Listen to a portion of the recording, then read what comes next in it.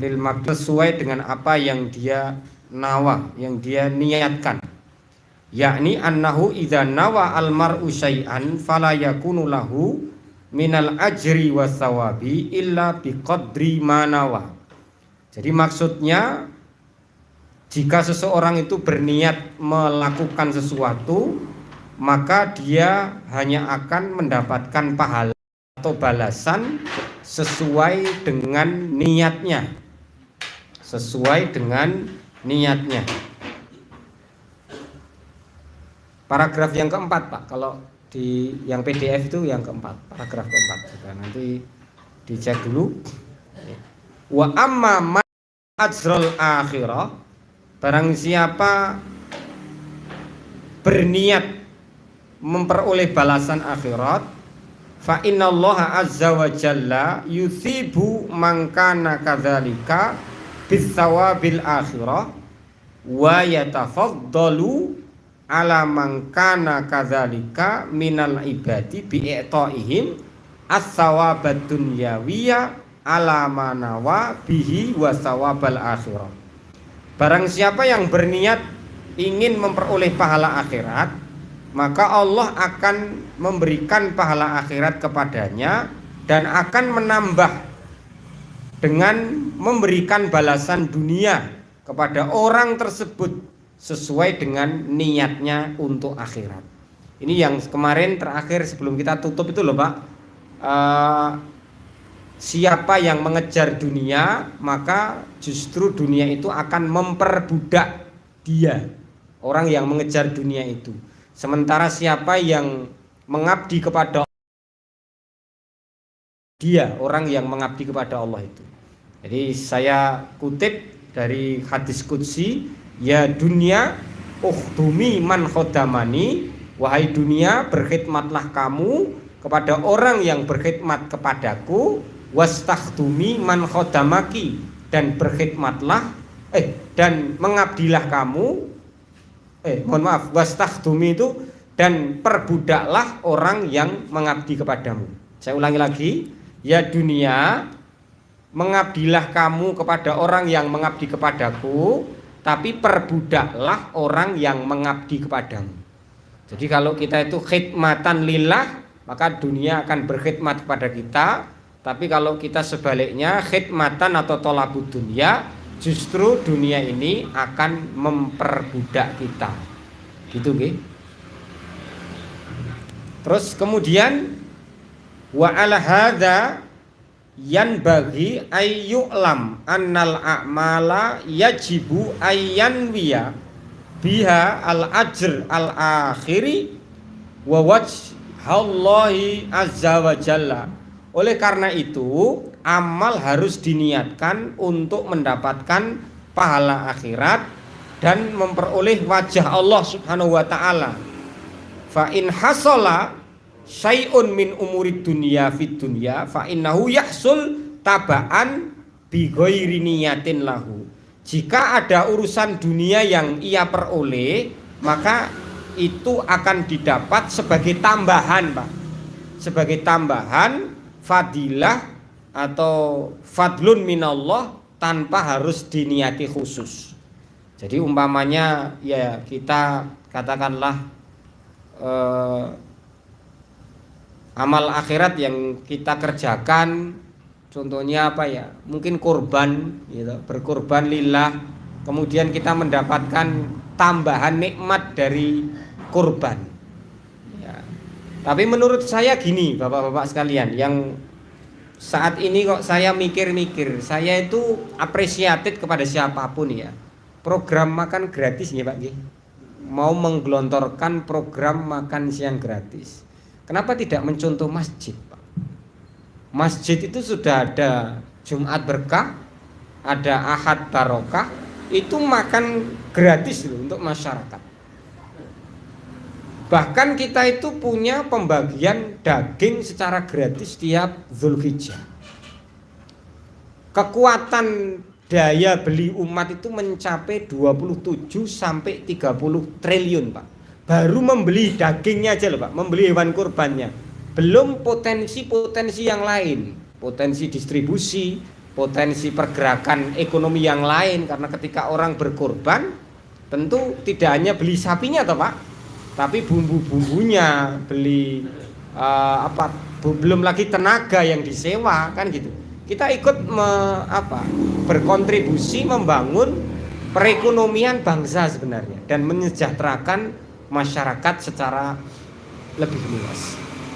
Jadi dalam hal ini namanya korban, kita memperoleh tambahan manfaat dari ibadah itu di dunia ini, ya itu dikatakan di sini jika ada suatu urusan duniawi yang diperoleh, maka itu didapat sebagai tambahan, fadlun minallah, tambahan dari Allah karena kamu sudah berniat untuk akhirat tanpa diniati khusus.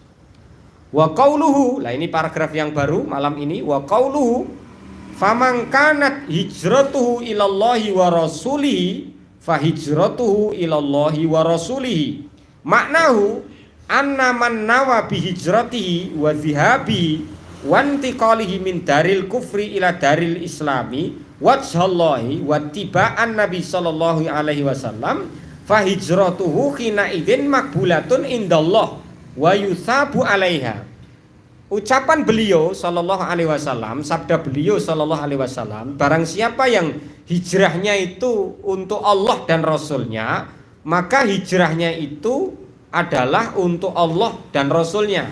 Barang siapa yang berhijrah memang niat untuk Allah dan Rasulnya, maka dia akan sampai kepada keridhaan Allah dan Rasulnya. Maksudnya siapa saja yang berniat melakukan hijrah itu di sini dimaknai dhihab Pak, berpergian, atau intikal, berpindah. Ya, intikal itu berarti berpindah min daril kufri ila daril islami, atau berpindah dari kekufuran kepada keislaman, berpindah dari kemaksiatan kepada ketaatan, itu juga disebut sebagai hijrah. Tapi hijrah dalam makna lughawi ya Pak nggih, saat ini saya kira tidak urgen. Contoh Pak Sidik, Pak Hamdi ini nggak urgen mau pindah kemana, nggak urgen Pak. Jenengan di sini sudah nyaman, aman, nyari pekerjaan juga mudah kan gitu. Jadi kalau mau pindah itu sekarang tidak urgen dan tidak mengancam akidah panjenengan, tidak mengancam akidah, tidak mengancam keamanan. Di sini aman, tidak urgen Pak. Rasulullah hijrah itu karena di Mekah tidak aman, ada al-adza minal musyrikin, ada gangguan dari orang-orang musyrikin. Sahabatnya banyak yang ditangkapi, disiksain, kemudian dakwahnya dipersulit, ya toh, penghidupannya juga dipersulit, dagangannya Rasulullah juga tidak katakanlah direspon dengan baik. Akhirnya Rasulullah memutuskan untuk hijrah. Jadi kalau hijrah makani sekarang tidak urgen Pak. Contoh saya di Donaudan, sudah di sana ya ndak urgen harus pindah ke sini, nggak urgen. Di sana udah aman gitu loh. Tapi yang penting adalah hijrah maknawi saat ini. Hijrah maknawi itu dikatakan sebagai hijrah mental Pak. Yang dulunya pengecut sekarang jadi berani, yang dulunya bodoh sekarang jadi tercerahkan atau pandai. Yang dulunya katakanlah tarikus sholat, meninggalkan sholat, sekarang hijrah menjadi orang yang mengerjakan sholat, fiklus sholat katakanlah. Yang dulunya durhaka kepada orang tua, berani kepada orang tua, saat ini hijrah untuk menjadi manusia yang berbakti kepada orang tua. Itu namanya hijrah ma'ani Pak, hijrah mental, hijrah akliyah. Jadi mentalnya yang pindah. Ya, yang dulu tidak suka membaca buku, sekarang suka membaca buku. Nah, intikal. Jadi intikal itu sebenarnya kalau yang makna yang di sini ya teman-teman sekalian, makna yang di sini itu hijrah itu artinya adalah berpindah tempat, berpergian. Itu maknanya seperti itu. Yang di sini loh ya. Karena tidak ada makna lain. Sebenarnya harusnya ada hijrah akliyah. Hijrah akliyah itu hijrah secara mental Pak. Itu yang menurut saya urgen Pak, yang harus dikerjakan oleh umat saat ini, yang di Masjid Istiqlal ini, itu adalah hijrah mental, bukan soal hijrah makani. Kalau hijrah makani sudah tidak urgen. Dan mau pindah kemana Pak? Gitu. Di sini Akidah kita ya aman, tidak diganggu. Beda kalau kita itu mau menjalankan sholat tidak aman, anak istri kita tidak aman, itu urgen, penting untuk kita berpindah tempat tinggal. Nah, siapa yang berpindah tempat tinggal, pergi dan berpindah tempat tinggal dari daril kufri ila daril islami, dari kawasan kepada kawasan yang islami, karena mencari ridha Allah dan mengikuti Nabi Shallallahu Alaihi Wasallam, maka hijrahnya itu diterima di sisi Allah. Fahijratuhu makbulatun indallahi wa yuthabu alaiha, dan yuthabu itu diberi pahala, Pak, diberi ganjaran. Bapak dan ibu-ibu di sini kan percaya adanya balasan akhirat ya. Pasti saya yakin, dan tidak hanya saya yang percaya, bapak-bapak dan ibu-ibu di sini juga percaya tentang balasan di akhirat kelak. Bainama mangkanat hijratuhu lidunya. Lah ini. Sementara sabda Nabi, ucapan Nabi, barang siapa yang hijrahnya itu untuk dunia ingin dia peroleh, au imra'atin yatazawwajuha, atau untuk menikahi seorang wanita, falam yanwi, ya, falam yanwi, dan dia tidak berniat illa lidunya, kecuali memang hanya untuk dunia, falaisa lahu sawabun akhiriyun, maka dia tidak memperoleh pahala akhirat. Katakanlah hijrah, pindah dari Solo ke Boyolali katakanlah, atau dari Boyolali ke Solo, memang murni hijrahnya itu liyusi lidunya yusibuha, untuk memperoleh dunia, au imra'atin yatazawwajuha, atau karena faktor menikahi seorang wanita, memperoleh seorang wanita, walam yanwi illa lidunya, dan dia tidak berniat kecuali hanya untuk dunia, maka dia besok di akhirat tidak memperoleh apa-apa. Wa innama yaktasiru sawabahu ala amri dunyawi.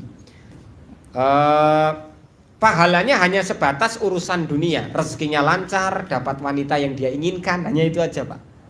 Ya, hanya sebatas al-amr ad-dunyawi. In hasalat lahu al mar'atu aw hasalat lahu ad-dunya fahada huwa ma nawahu. Ya, kalau dia memperoleh wanita atau dia memperoleh bagian dari dunia, maka sesuai dengan apa yang dia niatkan, yang dia maksudkan. Wa illam yahsul lahu syai'un min dzalika fa innahu la yujaru alaihi ajron akhiriyan, dan dia tidak mendapatkan pahala akhirat, sama sekali tidak mendapatkan pahala akhirat. Ini soal niat ini penting ya Pak. Soal niat itu penting, apalagi kalau Bapak nanti membaca kitab Tanbihul Ghafilin, peringatan dan juga nasihat untuk orang-orang yang lalai, bab 1 itu tentang babul ikhlas. Rasulullah mengkhawatirkan, ada satu hal yang dikhawatirkan oleh Rasulullah, ya, ma akhafu alaikum. Jadi Rasulullah itu tidak khawatir, kecuali Rasulullah itu khawatir kita itu tertimpa penyakit namanya asyirkul asghar, Pak.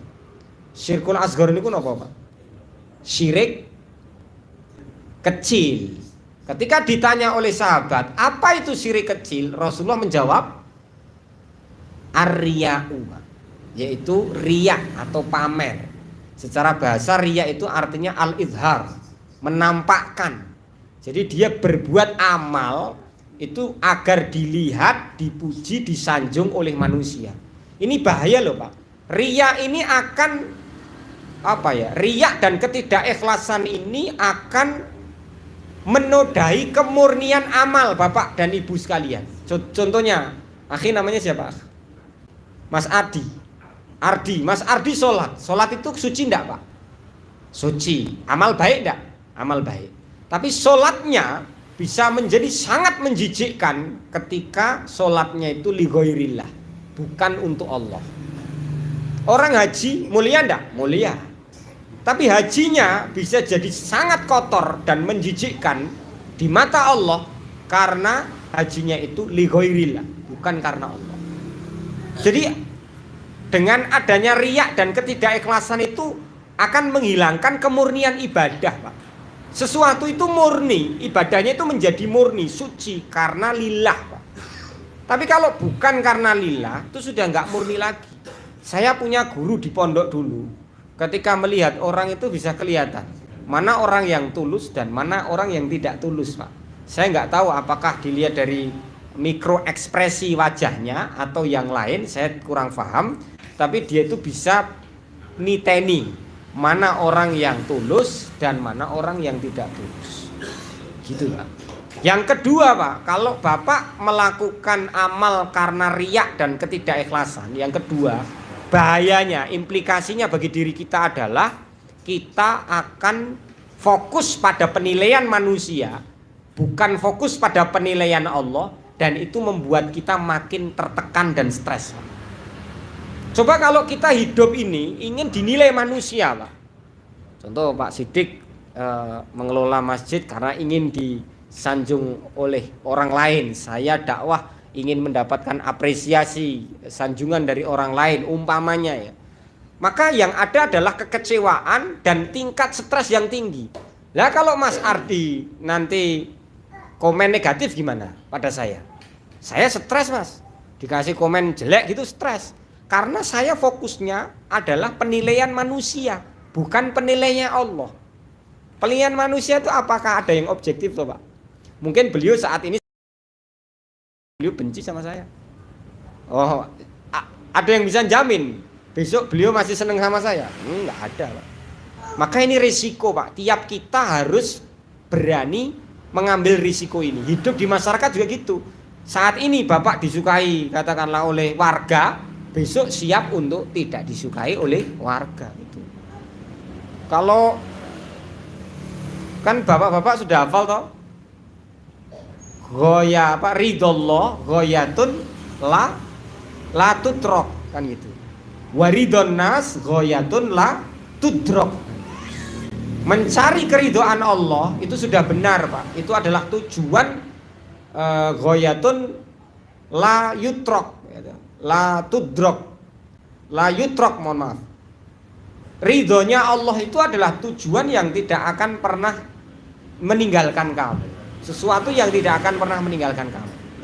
Sementara ridhonya manusia, sesuatu yang tidak akan pernah kamu capai.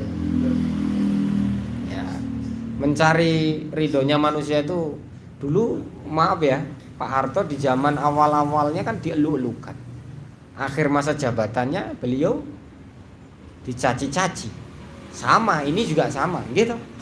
Awal-awal banyak yang mengeluh-elukan. Saat ini banyak yang memaki-maki. Itulah ridho manusia, Pak. Mungkin saat ini kita berada kan dalam Al-Quran jelas toh. Qulillahumma malikal mulki tu'til mulka man tasya wa tanzi'ul mulka mimman tasya wa tu'izzu man tasya wa tudhillu man tasya. Jadi qulillahumma malikal mulki, Allah lah yang punya segala macam kerajaan, Pak. Dan kerajaan itu Allah